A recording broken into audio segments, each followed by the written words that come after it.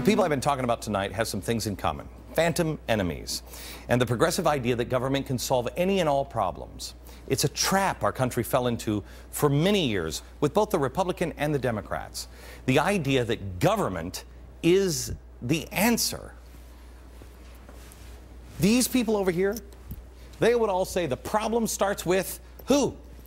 The people. Therefore, the people must be limited and controlled.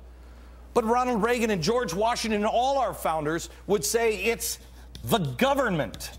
And the government must be controlled. They say you're the problem. They say the government is the problem. You have to decide which is right.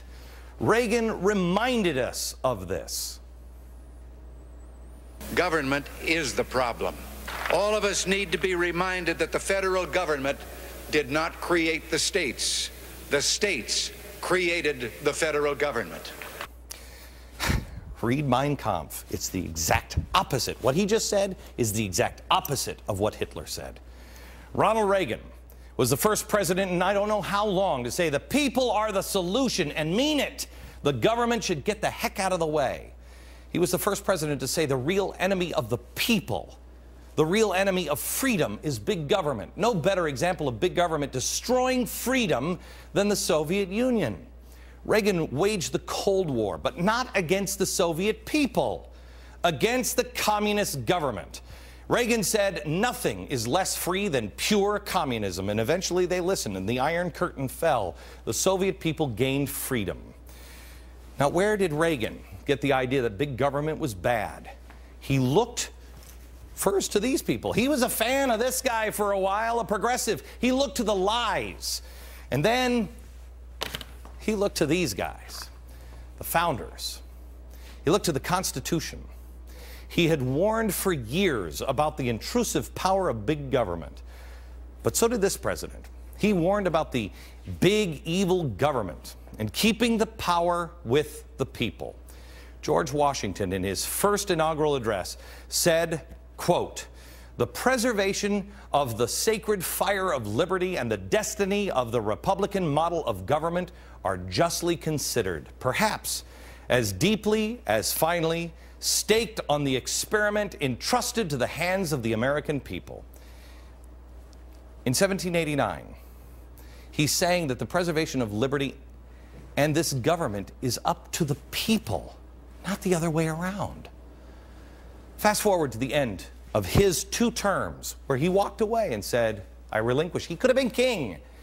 His farewell address, George Washington said, quote, "It is important, likewise, that the habits of thinking in a free country should inspire caution in those entrusted with its administration to confine themselves within their respective constitutional spheres, avoiding in the exercise of powers of one department to encroach upon another. The spirit of encroachment tends to consolidate the powers of all the departments in one, and thus to create whatever the form of government, a real despotism. A just estimate of that love of power and proneness to abuse it, which predominates in the human heart, is sufficient to satisfy us with the truths of this position. Let me translate. Washington was saying, look out. Look out for the people who have power, because they're going to keep eating more power. They're going to combine everything, and it's going to grow too strong. And then they'll turn on you, and the next thing you know, you're going to have a king again. It's important to note that this was at the end of Washington's 2nd term, stepping down after 2 terms. He didn't want to become the despot he warned of. He embraced the idea of we the people. It's an idea that was lost for a long time, almost the last 100 years in this country. Rekindled a little bit under Ronald Reagan. But for a time, I'm afraid now is being forgotten. So let me leave you with this. Something that Reagan said in his farewell address. We have once again reminded people that man is not free unless government is limited. There's a clear cause and effect here that is as neat and predictable as a law of physics. As government expands, liberty contracts. Remember, as government expands, liberty contracts.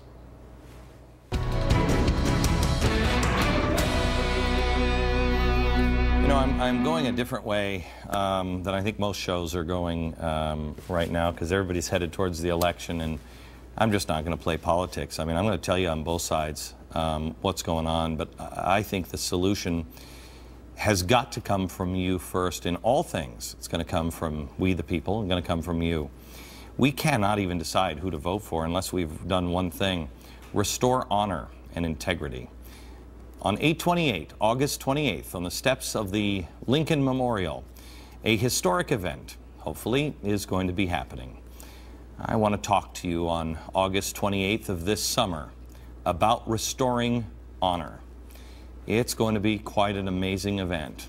Maybe the last event that the government allows on the steps of the Lincoln Memorial, as they are now trying to close down all of these, any kind of event like this there by the reflecting pool.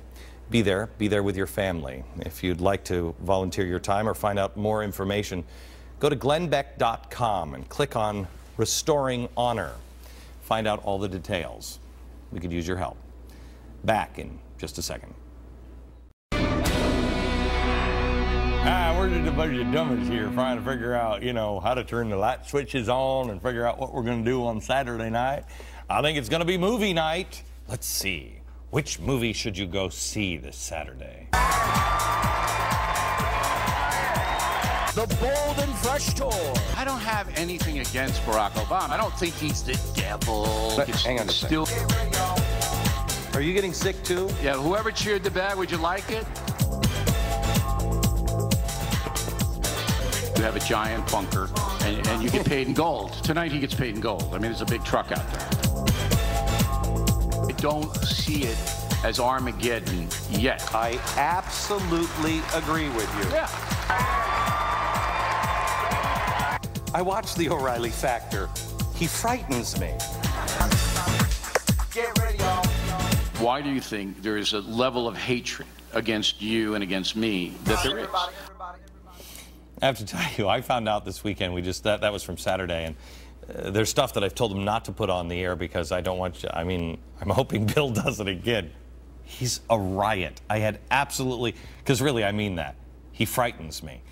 He's hysterical. You have to see him on stage where you'll find it entertaining. It's sold out, but you can watch it live in theaters live Saturday.